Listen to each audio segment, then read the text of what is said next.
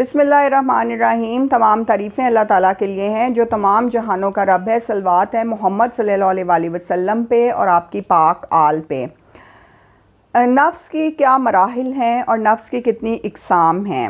سب سے پہلے جو نفس آتا ہے وہ نفس امارہ آتا ہے، جس سے نکلنا انسان کے لیے بہت ضروری ہے۔ نفس امارہ کے بارے میں قرآن حکیم میں کہا گیا ہے کہ یہ ہمیشہ برائی کا حکم دیتا ہے۔ گناہ کرنے کی جو بھی ہمارے اندر خواہش پیدا ہوتی ہے یا ایسی خواہش جس سے کسی کا دل دکھے، جس سے کسی کو تکلیف ہو، روحانی طور پہ تکلیف دیں یا جسمانی طور پہ تکلیف دیں، اور غصے کی حالت میں کسی پہ ہاتھ اٹھائیں، یہ تمام چیزیں جو ہیں یہ نفس امارہ انسان کو اپنی طرف لے کے آتا ہے اور غالب ہو جاتا ہے، جس کی وجہ سے یہ گناہ ہوتے ہیں۔ اگر ہم کہیں ویورز کے نفس امارہ کا باہر کی دنیا میں شیطان سے الائنس ہے تو یہ کچھ غلط نہ ہوگا، کیونکہ ہمیں جھوٹ بولنے کی ترغیب، چوری کرنے کی، ڈاکہ ڈالنے کی، دوسروں کا دل دکھانے کی، دوسروں کو برے الفاظ سے بلانے کی اور ان کی زندگیوں میں پیچیدہ مسائل پیدا کرنے کی، اس طرح کی تمام ترغیب جو ملتی ہے قتل و غارت گری کی، یہ نفس امارہ دیتا ہے۔ نفس امارہ ہمیں برے کاموں میں مصروف رکھنے کا اور گناہ کرنے کی ترغیب دیتا رہتا ہے، اس لیے اس نفس سے بچنا بہت ضروری ہے اور اس نفس پہ کنٹرول حاصل کرنا ضروری ہے۔ اس کے بعد ہے نفس لوامہ۔ نفس لوامہ وہ نفس ہے کہ اگر کسی انسان سے گناہ ہو بھی جائے تو اس نفس کے اندر شرمندگی کا احساس ہوتا ہے اور یہ توبہ کی طرف جاتا ہے اور یہ خوف خدا کی وجہ سے دوبارہ پھر وہ گناہ نہیں کرتا۔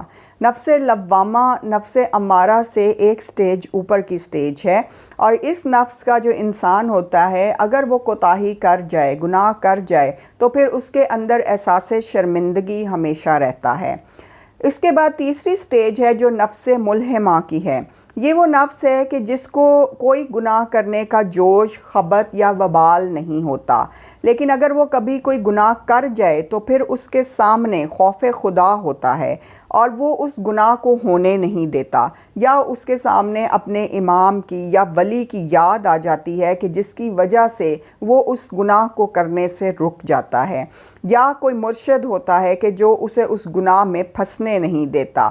تو ایسا نفس ملہمہ وہ نفس ہے کہ جو گناہوں سے دور رہتا ہے اور کوشش کرتا ہے کہ وہ صغیرہ یا کبیرہ گناہوں میں ملوث نہ ہو اور ان سے اپنی روح کو آلودہ نہ کرے۔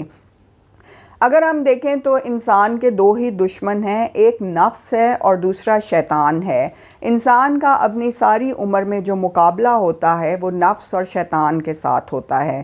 غلط کاموں پہ آپ کو آپ کا نفس ابھارتا ہے اور شیطان جو ہے اس کو مزید بڑھاوا دیتا ہے، اور پھر آپ ایک غلط حرکت کرتے ہو، چاہے وہ غصے میں ہو، چاہے وہ آپ کسی بھی طریقے سے کسی کو مارنے پیٹنے میں کرو یا کسی کا دل دکھانے کی کرو۔ یہ تمام برے اعمال جو ہیں، نماز کو دیر سے پڑھنا یا نماز بجا نہ لانا، نماز ادا نہ کرنا، یہ وہ تمام اعمال ہیں جو نفس کی سستی کی وجہ سے آپ نہیں کر پاتے اور نفس آپ کو ان چیزوں میں بزی رکھتا ہے۔